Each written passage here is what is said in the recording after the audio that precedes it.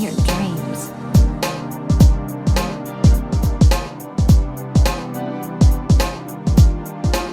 Hey, what's up guys? Welcome back to another Genshin Impact video, and today I'm just going to be talking about popular Genshin main subreddit. By the way, if you happen to like the content, feel free to leave a like and subscribe. So the other day I was scrolling through the internet and I found this image of a chart. This chart depicts the Genshin mains and the amount of users that are in those subreddits. Now this chart might be a little outdated as in there might be more subreddit users in those subreddits. I don't know the exact source of this chart. It's probably from Reddit itself. I found this image on 4chan, but I would say that this is pretty accurate enough. Number one Genshin character that people from Reddit main the most seems to be Hu Tao. She has at least 97,000 people in the subreddit. Out of all of the Genshin characters, Hu Tao has had the most hype going for her. Hu Tao came out when the game was still relatively new. There were a lot of active players in the Genshin community, and there was just so many people hyped for Hu Tao. People found out about Hu Tao because I think there were voice lines about Hu Tao, and for whatever reason, she just generated a shit ton of hype.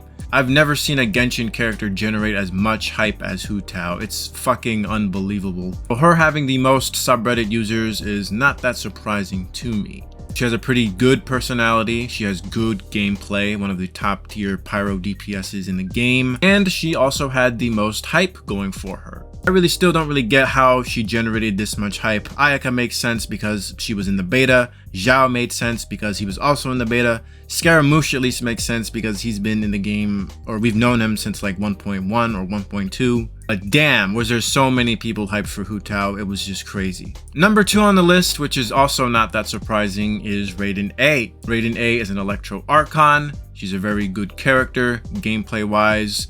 She had that Booba sword going on, which generated a lot of hype for her. She also has a similar appearance to Raiden Mei from Genshin Impact. It's not that surprising that she is this high on the list. Even though she is this high on the list, there are people that regard her as the worst written character in Genshin Impact. I think her character was written okay. The first chapter in her story quest was kind of filler tier, but the second chapter was pretty great. We saw her in action. She meets up with her sister. She gets a new sword. She fights her robot. She reconciles with her robot, and she basically rules Inazuma with her robot in sync. In my opinion, I think she deserves to be first, but you know, it is what it is. Being in second place is pretty great.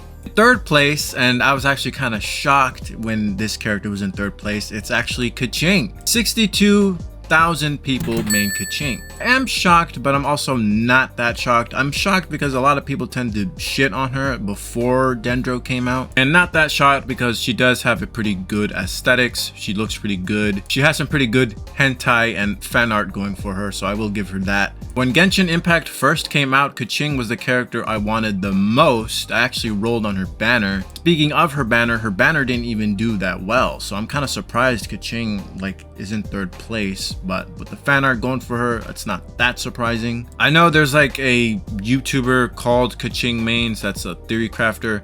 I don't know if Keqing Mains is one person or if it's like multiple people. I never watched her content because I don't like crunching numbers. And there's also a website called Keqing Mains, which is basically like a Genshin calculator that you can use to figure out like meta stuff. So maybe the channel and the website maybe influenced this number for all I know, I'm not sure. But yeah, Keqing Mains is in third place. Fourth place is Ganyu Mains. Ganyu Mains has 62,000 people maining Ganyu. I'm surprised she's not even higher because she has the most art in Rule 34, but I can see why she is in fourth place. She's a waifu character. She's also very, very good. Although nowadays you might think otherwise thanks to Dendro, but when she first came out, she was an amazing character. For worst written characters, I do think Ganyu is out there. Her character quest was kind of boring. I think it was just basically you and Ganyu hunting down some guy evading taxes or something. Which is a shame because I do think she has potential to be a pretty well-written character since she was a war veteran in the Archon War. And she also has conflicts about her human half and her Adeptus half. Fifth place is Kamisato Ayaka, which is really not that surprising. Ayaka did have a lot of hype going for her since people knew about her from the beta. beta, and I'm talking about the beta way back in the day before Genshin Impact even was released. Anyways, Ayaka mains has 50,000 or 57,000 people maining her. People did compare Ayaka's gameplay similar to Virgil from Devil May Cry series, and there were people that were memeing saying that you can get a free Ayaka at AR level 40. So she did have some hype going on for her, and she's also pretty good gameplay wise. In 6th place, we got Eula. Eula mains has 57,000 people maining her. Even though people do meme on her a lot for being pretty bad,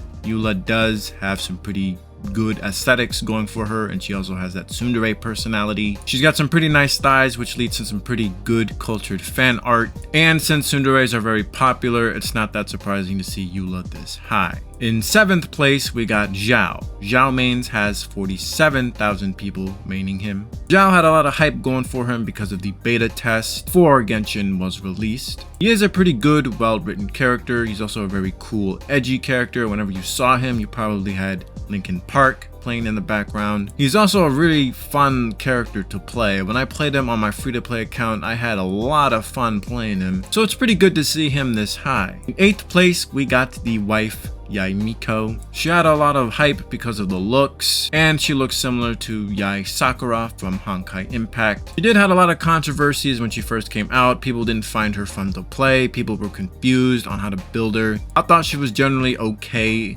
but with Dendro coming out, they definitely made her a lot better. Her interactions are also pretty hilarious with other characters since she tends to tease them, so it's pretty good to see her in 8th place. In 9th place, we got the boy Tartaglia. 43,000 people main Child. I don't know if I have too much to say about Child. I do think he's a pretty cool character. One of the few males in this game that actually doesn't look girly, so I will give him that. He is a pretty good DPS character. I think his personality is pretty great. He's got this friendly rival vibe going for him. I think some people kind of get confused about his morality. Is he like a good or a bad guy?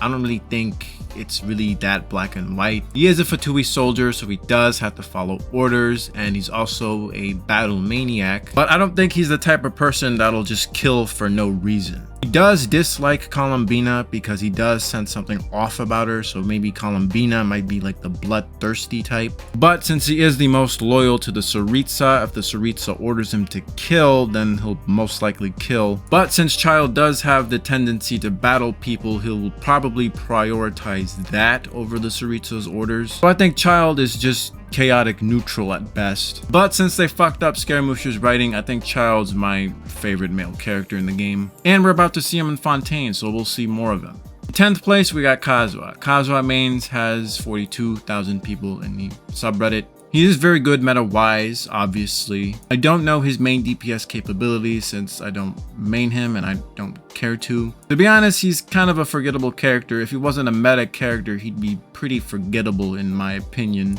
I don't really have too much to say about Kazuha other than the fact that he's a meta character. Anyways, that's gonna be the end of this video. Let me know what you guys think, and I will see you guys later.